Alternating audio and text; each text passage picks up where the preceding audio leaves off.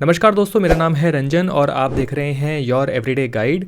तो वीडियो को स्टार्ट करने से पहले मैं यहाँ पर आपको कुछ ज़रूरी चीज़ें बता देना चाहता हूँ। सबसे पहली चीज़ तो ये है कि जिन स्टॉक्स की हम आज के इस वीडियो में बात करने वाले हैं, सिर्फ इन स्टॉक्स के नाम सुन के आप अपनी इन्वेस्टमेंट्स मत कर लेना। आपके लिए जानना ज़रूरी ये है कि जिन स्टॉक्स की हम बात कर रहे हैं, इन स्टॉक्स का सही एंट्री पॉइंट क्या है, यानी कि किन प्राइस लेवल्स पे आप इन स्टॉक्स में अपनी एंट्री ले सकते हैं। देखिए, स्टॉक इन्वेस्टमेंट्स में जो किसी भी स्टॉक का सही बाइंग प्राइस होता है, एंट्री प्राइस होता है, वही आपको फ्यूचर में अच्छा प्रॉफिट देता है। तो वीडियो में जहां पर भी मैं ग्राफ में आपको किसी भी स्टॉक का सपोर्ट पॉइंट और उसका पोटेंशियल अपसाइड जहां पर मैं आपको दिखा रहा हूं, उस चीज को आप मिस मत करिएगा। दूसरी और ज्यादा इंपॉर्टेंट चीज ये है कि इनमें से किसी भी स्टॉक में अपनी इन्वेस्टमेंट्स करने से पहले आप अपना एनालिसिस करना मत भूलिएगा। ये वीडियो आपको किसी भी तरह की स्टॉक बाइंग एडवाइस नहीं देती है। तो आइए जल्दी से इन स्टॉक्स को देख लेते हैं।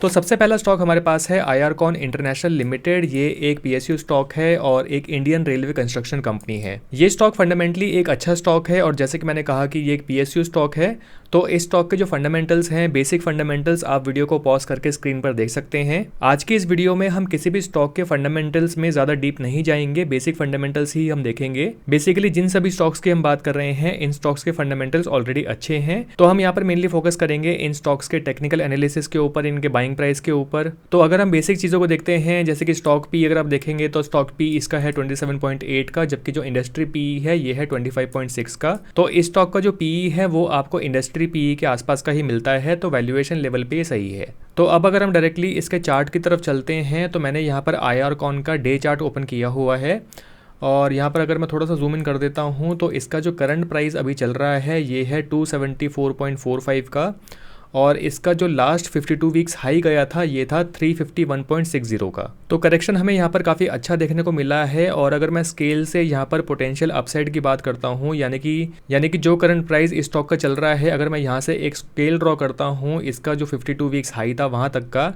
तो यहाँ पर आपको अपसाइड देखने को मिलता है 27.4% के आसपास का। अगर मैं इससे पहले के रेजिस्टेंस जोन की बात करता हूँ, तो जो ये वाला रेजिस्टेंस जोन है, यानी कि इस लेवल के आसपास, तो यहाँ पर आपको ऑलमोस्ट अराउंड 19.33% का अपसाइड लेवल देखने को मिलता है।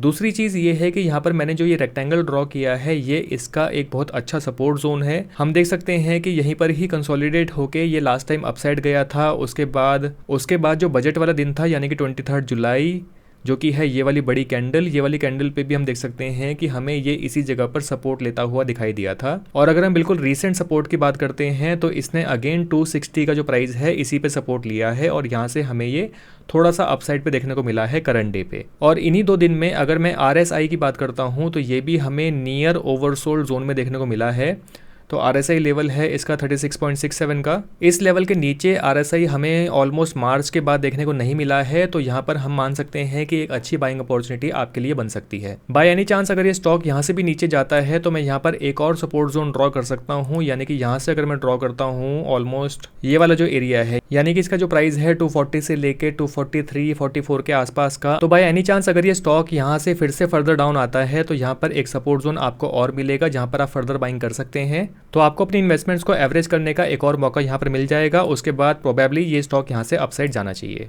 तो बाइंग प्राइस की अगर हम बात करते हैं, तो 285 या फिर उससे नीचे का प्राइस अगर आपको इस स्टॉक में मिल जाता है, तो आपके लिए ये एक अच्छी बाइंग अपॉर्चुनिटी बन सकती है। सेकंड स्टॉक हमारे पास आता है हिंडाल्को इंडस्ट्रीज लिमिटेड। तो it is a flagship company of Aditya Birla group और कंपनी का जो मेन प्रोडक्शन है वो है एल्यूमिनियम एंड कॉपर। तो बेसिक फंडामेंटल्स आप स्क्रीन पर देख सकते हैं। यहाँ पर अगर मैं बात करता हूँ स्टॉक पीई की, तो इंडस्ट्री पीई है 26.1 का और इस स्टॉक का पीई चल रहा है 13.7 का, यानी कि अच्छे वैल्यूएशन पे ये स्टॉक आपको मिल रहा है। अगर हम चार्ट की बात करते हैं, तो चार्ट पे अगर हम देखते हैं, तो इस स्टॉक का जो करंट प्राइस चल रहा है वो है 623.70 का और यहाँ से अगर मैं इसके 52 वीक्स हाई तक पे एक स्केल ड्रॉ करता हूँ, तो यहाँ पर पोटेंशियल अपसाइड हमें देखने को मिलता है 14.56% का। और साथ ही साथ अगर हम RSI की बात करते हैं, तो RSI भी हमें यहाँ पर काफ़ी लो देखने को मिल रहा है, यानी कि एक अच्छी बाइंग अपॉर्चुनिटी आपके लिए यहाँ पर बन सकती है। तो अगर ये अपना पहला टारगेट अचीव करता है, यानी कि ऑलमोस्ट इस वाले पॉइंट तक, तो यहाँ पर आपको मिलते हैं 10% का positive upside.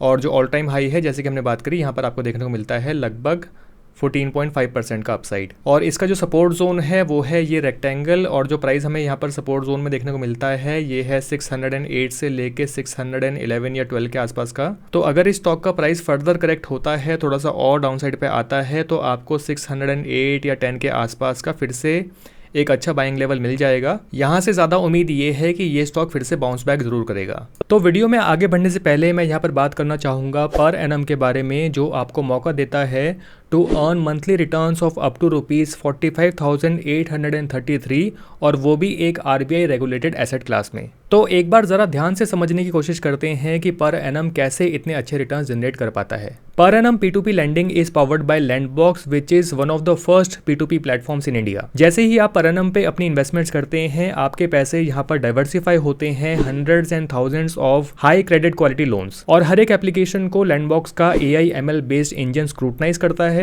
To make sure कि आपका जो पैसा है वो बेस्ट बोरोवर्स के पास ही जाए। और इसी के साथ पर एनम ने अपने रेवेन्यू को अलाइन किया हुआ है with the returns of the lenders. This means they earn their commission only once you have made your promised returns. इसी के साथ लैंडबॉक्स का सारा पैसा जो शॉर्ट टर्म लोन कैटेगरीज होती हैं, जैसे कि नो कॉस्ट EMIs हैं, पर्सनल लोन्स हैं, इन सब में डिस्ट्रीब्यूट होता है। बोरोवर्स का एवरेज सिबिल स्कोर 720 प्लस ही होता है to increase the safety of your investments. अपनी इन्हीं टेक्निक्स को यूज करके पर एनम ने अपने NPA को 1% से भी कम रखा हुआ है और कस्टमर्स को 100% एक्सपेक्टेड रिटर्न्स डिलीवर किए हैं। पर एनम के साथ आप रिटर्न्स को मंथली इंटरेस्ट के फॉर्म में भी ले सकते हैं, जिससे कि आप एक मंथली पैसिव इनकम जनरेट कर सकते हैं, या फिर आप कंपाउंडिंग का ऑप्शन चूज कर सकते हैं और लॉन्ग टर्म में अपनी वेल्थ क्रिएट कर सकते हैं। पर एनम के साथ आप डिफरेंट फिक्स प्लान्स को चूज कर सकते हैं, जहां पर आप 1 मंथ, 3 मंथ, 6 मंथ्स या फिर 12 मंथ्स के प्लान को चूज कर सकते हैं। तो अगर आप एक ऐसा इन्वेस्टमेंट प्लान सर्च कर रहे हैं जो आपको स्टेबल और फिक्स रिटर्न्स दे, तो आप डिस्क्रिप्शन में दिए गए लिंक पर जाके पर एनम को चेकआउट करें।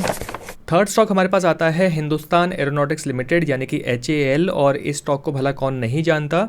ये एक डिफेंस सेक्टर का स्टॉक है और इसका जो मेनली बिजनेस है वो है manufacture of aircraft and helicopters and repair maintenance of aircraft and helicopters. Basic fundamentals आप स्क्रीन पर देख सकते हैं। फंडामेंटल्स इस स्टॉक के बहुत अच्छे हैं। अगर मैं स्टॉक PE की बात करता हूँ तो ये है 41.8 का, जबकि इंडस्ट्री PE है 86.2 का। तो अच्छे वैल्यूएशन पे ये स्टॉक आपको मिलता है। बाकी के फंडामेंटल्स आप खुद स्क्रीनर के वेबसाइट पे जाके इसके चेक कर सकते हैं। हम चलते हैं सीधे चार्ट की तरफ। तो चार्ट पे अगर हम देखते हैं, इसके डे चार्ट में मैंने यहाँ पर 2 सपोर्ट जोन ड्रॉ किए हुए हैं। करंटली जो ये वाला सपोर्ट जोन है यानी कि 4400 से लेके 4460 का जो प्राइस है, यहाँ से ये बाउंस बैक करता हुआ हमें दिखाई दे रहा है।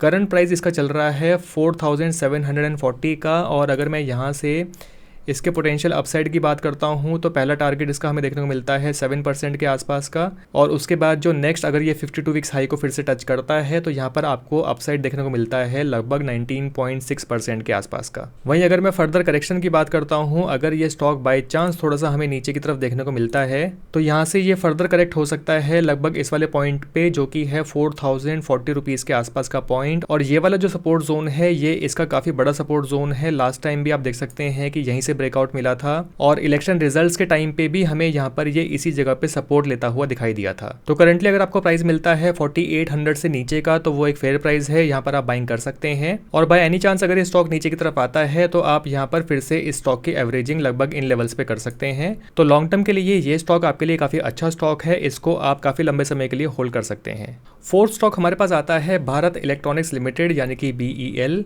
ये अगेन एक डिफेंस सेक्टर का स्टॉक है और बेसिकली मैन्युफैक्चर और सप्लाई करता है electronic equipment and systems to defence sector, और थोड़ी बहुत इसकी लिमिटेड प्रेजेंस है सिविलियन मार्केट में भी। तो स्टॉक के फंडामेंटल्स अगेन आप स्क्रीन पर देख सकते हैं। इसके अगर हम PE रेशो की बात करते हैं तो 51.8 का करंट PE इसका चल रहा है, जबकि इंडस्ट्री PE है 74.1 का, यानी कि वैल्यूएशन लेवल पे सही है। बाकी के फंडामेंटल्स आप चेक कर सकते हैं। मैं चलता हूँ डायरेक्टली चार्ट की तरफ। तो करंट प्राइस इस स्टॉक का चल रहा है 300 का, और करंट प्राइस से अगर मैं पोटेंशियल अपसाइड की बात करता हूँ तो पहला टारगेट हमें देखने को मिलता है लगभग इस लेवल का, यानी कि 7% अप का। ये प्राइस है 323-25 के आसपास का, और जो इसका 52 वीक्स हाई है, अगर ये वापस इस पॉइंट पे आता है तो यहाँ पर आपको 13% के आसपास का अपसाइड देखने को मिल सकता है। अगर मैं सपोर्ट जोन की बात करता हूँ तो यहाँ पर हमें जो सपोर्ट जोन देखने को मिल रहा है वो है लगभग ये वाला एरिया। यहाँ से लेकर अगर मैं यहाँ तक पे एक रेक्टेंगल ड्रॉ करता हूँ तो सपोर्ट जोन हमें देखने को मिलता है 280 से लेके लगभग 285 तक के प्राइस पे। तो जो करंट प्राइस इसका चल रहा है या फिर 280-85 के आसपास का जो प्राइस है, ये इसका एक अच्छा बाइंग प्राइस है।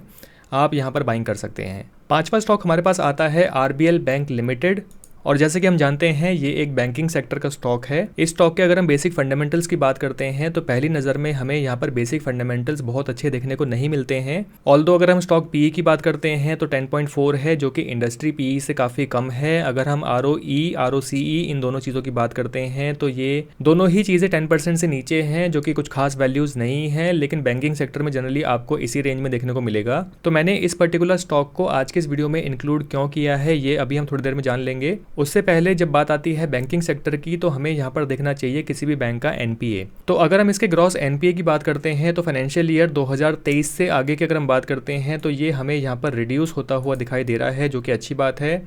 वहीं अगर हम नेट एनपीए की बात करते हैं तो नेट एनपीए भी हमें यहाँ पर लगातार 2022 से डिक्रीज करता हुआ दिखाई दे रहा है, which is again a good thing for a bank. बाकी की चीज़ें जैसे कि नेट प्रॉफिट की बात करते हैं तो वो हमें यहाँ पर राइज करता हुआ दिखाई दे रहा है। नंबर ऑफ एम्प्लॉयज़ आप देखेंगे तो उनकी एम्प्लॉयज़ की जो स्ट्रेंथ है वो भी यहाँ पर इंक्रीज हुई है कंपेयर टू प्रीवियस ईयर। तो ये कुछ चीज़ें हैं जो हमें इस बैंक में यहाँ पर पॉजिटिव देखने को मिल रही है। अब अगर हम इसके चार्ट की बात करते हैं तो यहाँ पर आप देख सकते हैं कि आरबीएल बैंक करेंटली जो ट्रेड करता हुआ दिखाई दे रहा है ये है 52 वीक्स लो के पास, जो कि यहाँ पर आप देख सकते हैं इसका जो करंट प्राइस चल रहा है ये है 214 का, और इसका जो 52 वीक्स हाई गया था वो है 300 रुपीज़ का।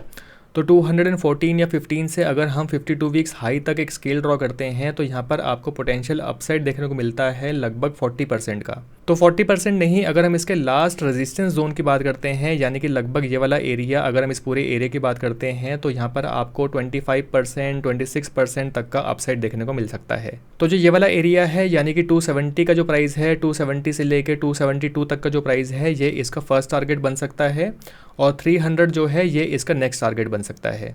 वहीं अगर हम सपोर्ट की बात करते हैं तो क्या ये स्टॉक यहाँ पर फर्दर डाउनसाइड पे आके कहीं पर कोई सपोर्ट ले सकता है, तो करंटली जैसे कि हम देख सकते हैं ये ऑलरेडी अपने एक बेस्ट सपोर्ट जोन में ही देखने को मिल रहा है, यानी कि यहाँ से डाउनसाइड आने के चांसेस हमें थोड़े से कम देखने को मिल रहे हैं। तो इसका जो 52 वीक्स लो है वो ऑलरेडी इसका सपोर्ट जोन ही है। और जैसे कि आरएसआई में आप देख सकते हैं कि ये हमें ओवरसोल्ड रीजन में देखने को मिल रहा है।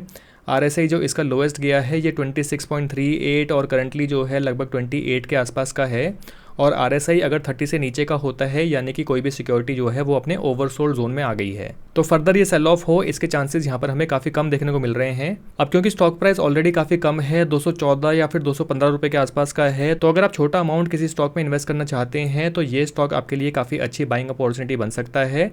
जो इसका करंट प्राइस चल रहा है ये आपके लिए काफ़ी अच्छा एंट्री पॉइंट है। सिक्स्थ और नेक्स्ट स्टॉक हमारे पास आता है स्टेट बैंक ऑफ इंडिया यानी कि एसबीआई। स्टॉक का जो पीई चल रहा है ये है 9.90 का, जो कि इसके इंडस्ट्री पीई के बिल्कुल पास में ही है। तो वैल्यूएशन लेवल पे ये सही है। बाकी फंडामेंटल्स आप स्क्रीन पे देख सकते हैं। मैं यहाँ पर चल रहा हूँ डायरेक्टली चार्ट की तरफ। तो चार्ट पे अगर हम नज़र डालते हैं तो यहाँ पर एसबीआई का जो आरएसआई हमें देखने को मिल रहा है ये नियर ओवरसोल्ड लेवल को ऑलमोस्ट टच करके वापस ऊपर की तरफ आ रहा है, और ये जो मैंने रेक्टेंगल ड्रॉ किया है ये इसका सपोर्ट जोन है। तो यहीं से ये सपोर्ट लेता हुआ हमें यहाँ पर करंटली दिखाई दे रहा है। करंटली इसका जो प्राइस चल रहा है ये है 808 का, और यहाँ से अगर मैं 52 वीक्स हाई तक पे एक स्केल ड्रॉ करता हूँ तो पोटेंशियल अपसाइड हमें देखने को मिलती है लगभग 12.5 या 6% के आसपास की, और जो पहला टारगेट हमें देखने को मिल रहा है ये है लगभग यहाँ से 9% ऊपर यानी कि 881 का प्राइस। तो जिस प्राइस पे करंटली आपको देखने को मिल रहा है यहाँ पर एक अच्छी बाइंग अपॉर्चुनिटी आपके लिए बन जाती है। और अगर मैं इसको थोड़ा सा जूम आउट करता हूँ तो यहाँ पर मैं पहले भी इसके ऊपर कुछ लाइन्स ड्रॉ कर चुका हूँ। तो ये जो ट्रेंड लाइन है आप देख सकते हैं लगातार इस ट्रेंड लाइन को इसने टेस्ट किया था, उसके बाद यहाँ पर ब्रेकआउट मिला था, और अगेन जो यहाँ पर इलेक्शन रिजल्ट के टाइम पे जो हमें सपोर्ट यहाँ पे मिला था वो सपोर्ट भी हमें इसी जोन में देखने को मिला था, लगभग इसी लाइन के आसपास। इन केस अगर ये थोड़ा सा और डाउनसाइड पे आता है तो लगभग इसी ट्रेंड लाइन के आसपास ये सपोर्ट लेके वापस ऊपर की तरफ बाउंस बैक होना चाहिए। तो बाय एनी चांस अगर ये इस लेवल पे आता है तो यहाँ पर आप अगेन इसकी एवरेजिंग कर सकते हैं। और ये जो प्राइस है ये है लगभग 755 या फिर 760 के आसपास का प्राइस। सातवां स्टॉक हमारे पास आता है पीआई इंडस्ट्रीज लिमिटेड यानी कि PIIND। ये स्टॉक एक एग्रोकेमिकल स्पेस से है और इसकी स्ट्रॉन्ग प्रेजेंस है डोमेस्टिक एंड एक्सपोर्ट मार्केट्स में। इस स्टॉक के जो फंडामेंटल्स हैं ये हमें यहाँ पर काफ़ी अच्छे देखने को मिलते हैं, आप वीडियो को पॉज करके चेक कर सकते हैं। जो स्टॉक का पीई है ये है 38.4 का, जो कि इंडस्ट्री पीई के बिल्कुल पास में ही है। अगर हम इसके चार्ट पे एक नज़र डाल लेते हैं तो यहाँ पर ये आपको डाउनसाइड तो नहीं लेकिन एक ब्रेकआउट लेता हुआ दिखाई देगा। तो ये जो मैंने यहाँ पर रेजिस्टेंस लेवल ड्रॉ किया है, इस रेजिस्टेंस का ब्रेकआउट हमें रिसेंटली देखने को मिला है और ये इसका फर्स्ट ब्रेकआउट है। इससे पहले आप देखेंगे कि ये स्टॉक यहाँ पर लगातार कंसोलिडेट कर रहा था और कंसोलिडेट के बाद यहाँ पर हायर लो हायर हाई बना के इसने एक ब्रेकआउट दिया है। तो ब्रेकआउट के बाद अगेन एक रिट्रेसमेंट आ रहा है और यहाँ से फर्दर एक ब्रेकआउट एक्सपेक्टेड है। तो करेंटली इसका जो प्राइस चल रहा है वो है 4422 का। और बाय एनी चांस अगर मार्केट फर्दर करेक्ट होती है, इस स्टॉक में आपको प्रॉफिट बुकिंग देखने को मिलती है तो यहाँ से ये डाउनसाइड आ सकता है लगभग 5% नीचे।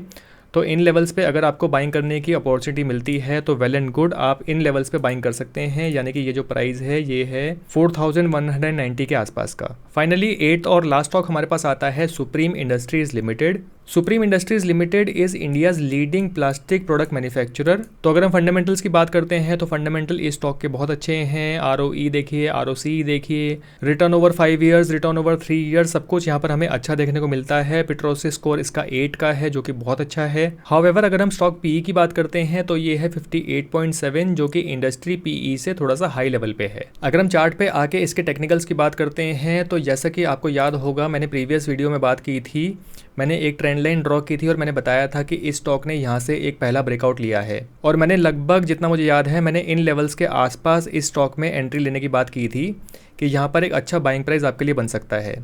तो जिस भी इन्वेस्टर ने लगभग इस वाले प्राइस पे, यानी कि अगर मैं बात करता हूँ तो 5200 के आसपास के प्राइस पे अगर बाइंग की होगी और यहाँ से अगर हम अपसाइड की बात करते हैं तो उन इन्वेस्टर्स को यहाँ से जो अपसाइड देखने को मिला होगा वो लगभग 24% तक का अपसाइड देखने को तो मिला होगा। उसके बाद अगर हम आज की बात करते हैं तो ये स्टॉक फिर से यहाँ पर करेक्ट होके आज उसी लेवल पे आ गया है जिस लेवल पे हमने प्रीवियस वीडियो में बात की थी। और इसका जो सपोर्ट जोन है अगेन वही वाला है जो कि मैंने लास्ट टाइम प्रीवियस वीडियो में ड्रॉ किया था।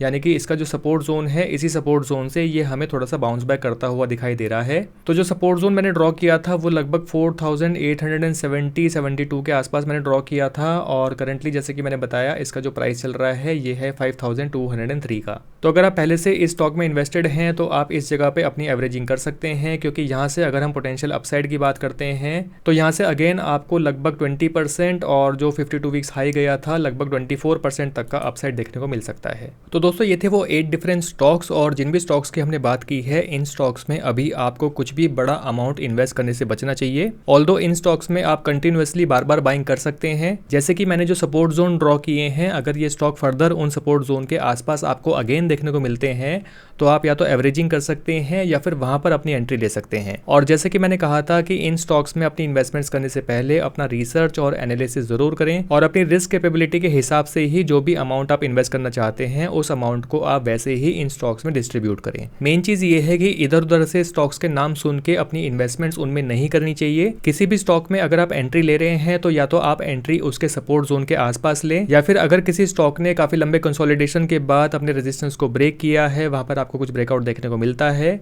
तो उन ब्रेकआउट्स पे आप एंट्री ले सकते हैं। तो जिस भी स्टॉक में आप अपनी इन्वेस्टमेंट्स करें, आपके पास इन्वेस्टमेंट्स करने का एक रीजन होना चाहिए कि आपने उस स्टॉक में अपनी इन्वेस्टमेंट्स करना स्टार्ट क्यों किया है। आई होप ये वीडियो आपके लिए हेल्पफुल रही होगी। अगर ये वीडियो आपको अच्छी लगी है तो इस वीडियो को लाइक करके मुझे ज़रूर बताएं और चैनल को सब्सक्राइब करना मत भूलिएगा।